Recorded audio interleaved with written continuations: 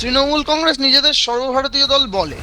যখন ত্রিপুরায় তাদের পার্টির ফ্ল্যাগ ফেলে দেওয়া হয় বা পার্টি অফিস আক্রান্ত হয়, যে কোনোভাবেই আক্রান্ত হয়েছিল, সেই সময় তাদেরকে বাংলা থেকে ছুটে যেতে হয়েছিল ফ্ল্যাগ তোলার জন্য। তাদের দলের লোক সর্বভারতীয় দল বললেও সর্বভারতে ছড়িয়ে নেই, তাই জন্য ত্রিপুরা ফ্ল্যাগ তোলার লোকও পায়নি তারা। তো আজকে সর্বভারতীয় দলের সর্বভারতীয় মানুষজন প্রত্যেকটা বিধানসভা থেকে, এটা আমাদের রুচি, এটা আমাদের কালচার, এইভাবেই হয়ে থাকে।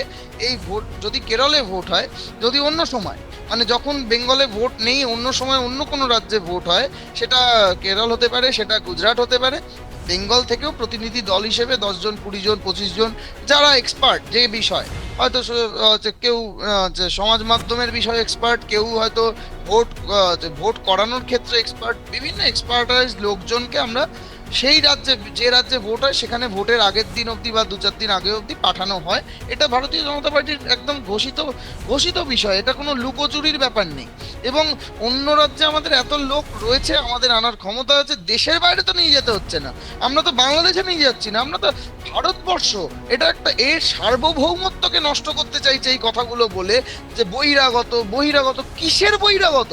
আর যারা বাংলাদেশ থেকে এসে রয়েছে, যারা দিনের পর দিন বাংলাদেশের বর্ডার ক্রস করে এসে 2 জায়গার ভোটার কার্ড, লাভলি খাতুনের মতো, যে তৃণমূলের যাদের পঞ্চায়েত প্রধান ছিল, তো তারা বাংলাদেশেরও ভোটার, এখানকারও ভোটার, 2 জায়গা, তারা বহিরাগত নয়। আর যারা ভারতবর্ষের অন্য কোনো রাজ্য থেকে এই রাজ্যে আসছে তারা বহিরাগত।